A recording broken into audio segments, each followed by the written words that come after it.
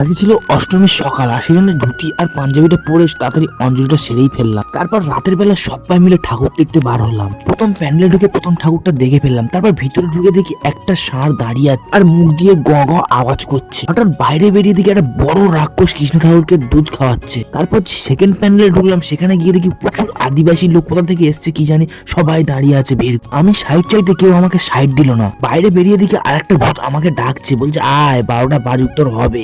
আর সেটা দেখে ভয়তে পালিয়ে গেলাম আমি। তারপরে একটা বিরাট বড় প্যান্ডেল আমরা ঢুকে গেলাম, আর ভিতরে গিয়ে যখন ঠাকুরটা দিলাম, ঠাকুরটাও প্রচুর। আর এই বছরের আমার দেখা হয়তো এইটাই সেরাই প্যান্ডেল আর সেরা ঠাকুর। তারপরে আরেকটা প্যান্ডেলে গিয়ে দেখলাম অস্বাভাবিক জিনিস, সবকিছু অটোমেটিক নড়ছে। তারপরে আরো একটা প্যান্ডেলে গিয়ে দিলাম, যেখানে আমরা দেখতে পাচ্ছি মধ্য কলকাতায় চলে এসেছে আর পুরো কলকাতাটা তুলে ধরেছে। আজকে রাতে শেষ প্যান্ডেলে গিয়ে দেখলাম কলকাতার সব লাইট, সব এলইডি বাল্ব এখানে খুলে নিয়ে চল। আর আমি প্যান্ডেলওয়ালাকে জিজ্ঞাসা করলাম যে এত লাইটের বিল কে দেবে, তোমরা দেবে? সেই কথা শুনে আমাকে বার করে দিল। আমি সেইভাবে বাড়ি চলে